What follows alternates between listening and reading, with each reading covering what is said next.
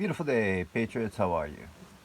I just got done listening to Pastor Paul Begley on YouTube. If you just go to Paul Begley on YouTube, you will find his channel. And he just got done interviewing Mike from around the world at counciloftime.com. That is Michael's website. And if you go to Michael's website, there's quite a lot going on the website, but on the top you'll see four boxes that look identical.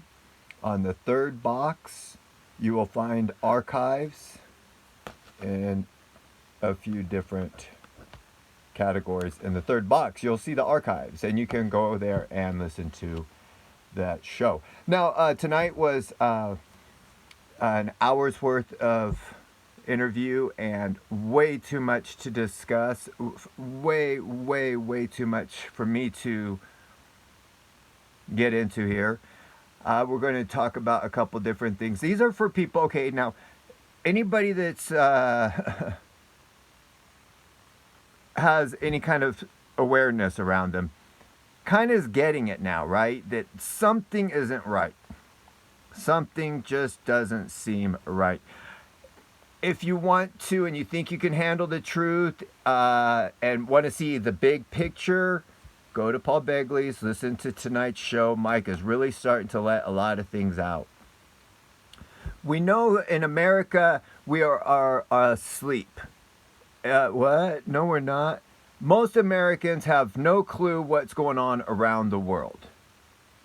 No, that's not true. Most Americans don't even know what's going on in America.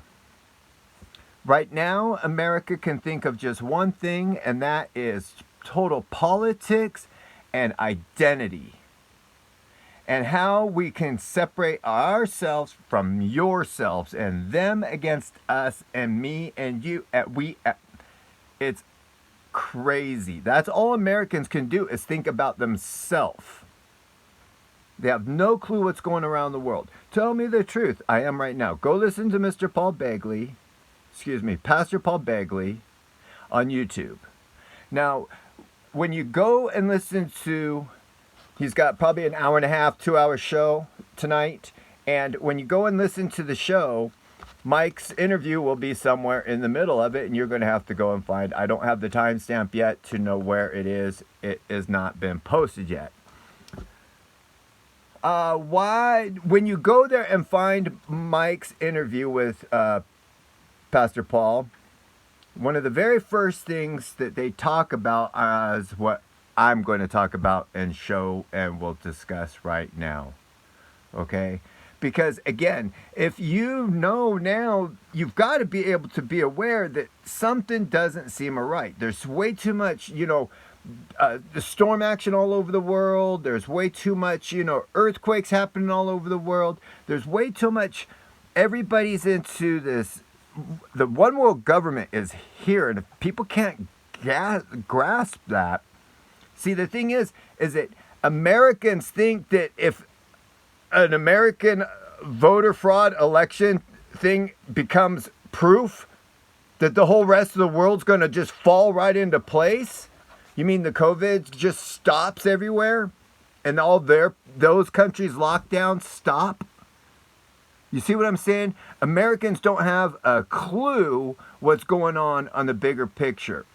Q and the QAnon people in Q want you to think of nothing but politics, absolutely zero but politics and the news of American news. Nothing else. Absolutely nothing else. You want the truth? Go listen to an hour of this. You probably couldn't handle it. You probably can't handle it. Now, as I say, the first 10 minutes is what we'll talk about right now of that interview while we're letting my American... I think I got the recipe down right now. And the big thing is you got to let it cool. I get into it too early. We'll let that cool while we discuss a couple things here. Now this book here is called Quadrivium. And it's the four classical liberal arts of number, geometry, music, and even though I'm a beauty school dropout, I still like cosmology. And we're going to talk about that one right now because it is a personal favorite of mine. Now, we look at all these different shapes and things, and most people have no clue what they mean. Absolutely zero. Like, you know, you show this to anybody in the Q community on Twitter, and they're like, "Oh, it's the pentagram, it's the devil." And they have no other clue, no other concept of what it could possibly mean. Zero. Matter of fact, they probably have never even seen a lot of these shapes and don't realize that our churches are full of this. Our money, pyramids, buildings are built off of this. There's our Star of David. So anyways, let's talk about what the first 10 minutes, what Mike is talking about. And definitely not what Q is talking about or anybody on Twitter that wants to keep you in politics. They don't talk about this stuff, but it's pretty important. So we're going to open up this little book of coincidence of our solar system of what's happening right now. And if we get into this, we're going to start here and we can see that, you know, we got our trees, a little lake, a nice little couple little buildings, and we see the sun, and then we can see our solar system here, right? And we're going to use this as a map, and we can see that in this map, we're right here in this solar system right here.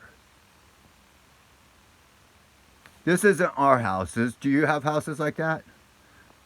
Okay, so you can see that it could get very big, very quick without us realizing. By just looking at a picture, we think one thing when maybe it's a little bit bigger. Now, when Mike is talking about in our solar system going into new places, this is exactly what he's talking about. This is our sun right here, and we've got our, you know, everything goes around the sun. We've got our planets, the 9 planets, 8, take your pick, that are lined up and that they circle around the sun. And what's going on is that we also travel through space. We go through space. We're here right now, but we might be traveling this way. We might be going with the flow. We might be going against the flow. You know, most likely with the flow. But look what all is going on. It's a big thing going on out there, correct? And so the first 10 minutes that he's talking about, he's explaining how we are going through the universe and we're going into a place that's a little bit unknown. And as he starts to talk about how the binary systems and when things come around and come back through and then back through and back through from a different solar system, that it will go into a loop, and as it goes through the loop and goes closer and closer and closer and closer, things can speed up. This is just a diagram of exactly what Mike's talking about. So even though I'm not able to explain it very well here, with these diagrams and what I've just said, you'll be able to know exactly what Mike is talking about. Now let's move forward. We were talking about, they're talking about just recently. Now, you know how we always trust and believe everything that we see on TV. I just want to open your eyes for a second to see if this can you can grasp what's going on here. Okay, these are orbital patterns within Jupiter. And we just had an explosion on Jupiter of a meteor that went on and hit it. And they're showing pictures all throughout the news on it. And once again, the best picture that we've ever gotten of that explosion this week is from an amateur from Earth. What's the and they just did this I think this week or last week somehow on the news. The very best picture ever taken of the moon is from an amateur from Earth. How come if we went to the moon in the 1960s, how come we still can't get good pictures of the moon to the public? And how come the best explosion that's happened on Jupiter, and this always happens, if an amateur doesn't get the picture from Earth, then that never gets shown. And we still believe the narrative. I mean, I don't know.